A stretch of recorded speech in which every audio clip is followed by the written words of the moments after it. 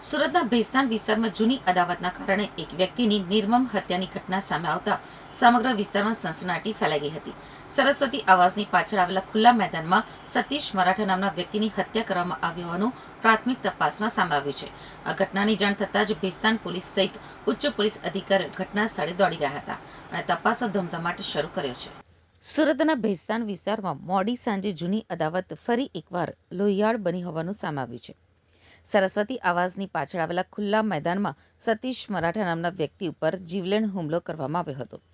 હુમલો એટલો ઘાતક હતો કે તેમનું ઘટના સ્થળે જ મોત નીપજ્યું હોવાનું જાણવા મળી રહ્યું છે. આ ઘટનાની માહિતી મળતા જ ભેસ્તાન પોલીસનો કાફલો તેમજ ઉચ્ચ પોલીસ અધિકારીઓ તાત્કાલિક સ્થળ ઉપર પહોંચી ગયા હતા. આ સમગ્ર વિસ્તારને કોર્ડન કરીને ફોરેન્સિક પુરાવા એકત્રિત કરવાની કામગીરી શરૂ કરાઈ હતી. પોલીસે મૃતદેહને પોસ્ટમોર્ટમ માટે મોકલી કાયદેસરની કાર્યવાહી હાથ ધરી છે. તો પ્રાથમિક તપાસમાં હત્યા પાછળ જૂની અદાવત જવાબદાર હોવાની આશંકા વ્યક્ત કરવામાં આવી રહી છે. જોકે હત્યા કયા કારણોસર કરવામાં આવી, કેટલા હુમલાખોરો હતા અને આરોપીઓ કોણ છે તે અંગે પોલીસે હજુ સુધી કોઈ સત્તાવાર માહિતી જાહેર કરી નથી. હાલ ભેસ્તાન પોલીસ વિવિધ દિશામાં તપાસ ચલાવી રહી છે.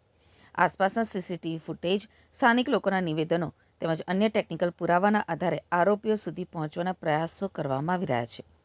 પોલીસ તપાસ પૂર્ણ થયા બાદ જ સમગ્ર હત્યાકાંડનું સાચું કારણ અને ઘટનાક્રમ સ્પષ્ટ થશે. કોની હત્યા થઈ છે અને શા માટે? સતીશ નામના શખ્સની હત્યા થયેલી છે. અત્યારે અમે સ્થળ ઉપર છે અને કયા કારણોથી થઈ છે એની તપાસ અત્યારે ચાલી રહી છે અને પોલીસ ટૂંક જ સમયમાં ત્વરિત રીતે જે આરોપીઓ છે હસ્તગત કરી લેશે. વિસ્તાર કયો છે અને શું થયું? આ ભેસ્તાન પોલીસ સ્ટેશનનો વિસ્તાર છે. અહીંયા આગળ જે અત્યારે અમને જે જાણવા મળ્યું છે કે આની હત્યા કોઈ અંગત અદાવતને કારણે થઈ છે, શું છે એ બાબતે અમે પોલીસ મહેનત કરી રહી છે. સાહેબ, શું માર્યું હતું અને કેટલા આરોપી હતા? તીક્ષ્ણ હત્યારા હતા. પ્રથમ દ્રષ્ટિએ જોતા 5 થી 6 લોકો હોય એમ લાગે છે. છતાં પણ તપાસ ચાલુ છે. જે કંઈ હશે એ તમને તરત જ અમે જાણ કરશું. કોઈ ગેંગ સાથે સંકળાયેલો હતો હત્યાના આરોપા? ના, હજુ સુધી અમને તપાસ કરી રહ્યા છે કે કોઈ સાથે સંકળાયેલો હતો કે નહીં. તપાસ હજુ ચાલુ છે.